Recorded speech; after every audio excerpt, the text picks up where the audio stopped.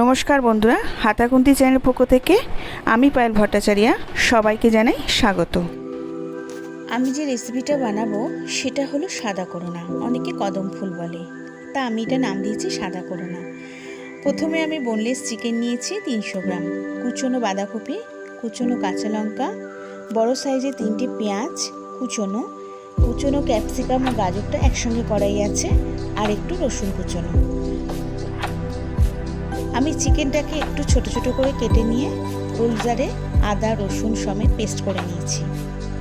তারপর একটা বোলের মধ্যে চিকেনটার সাথে কুচনো পেঁয়াজ দিলাম,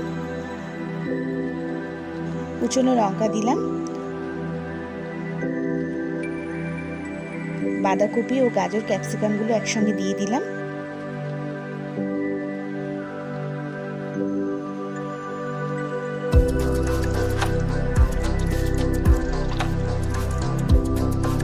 তারপর কর্নফ্লাওয়ার দিলাম বড় চামচের 4 চামচ মতো, একটু গোলমরিচ দিলাম, সয়া সস দিলাম, আর স্বাদ মতো দিলাম নুন, আর একটু সাদা তেল দিয়ে ভালো করে মাখিয়ে নিলাম। এবার সেটা 5 মিনিট মতো রেখে দিয়েছি।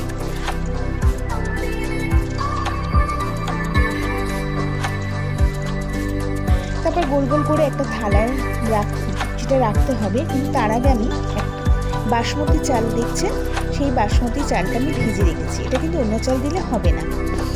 সেই গোলাকারগুলো বাসমতি চালের মধ্যে আমি ভালো করে মাখিয়ে থালাটায় রেখে দেবো।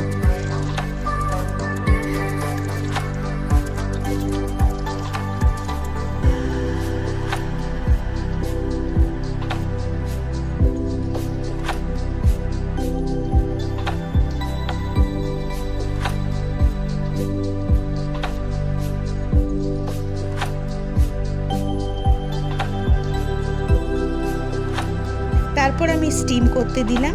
এটা স্টিমটা আমি ঠিক 15 থেকে 20 মিনিট করেছি।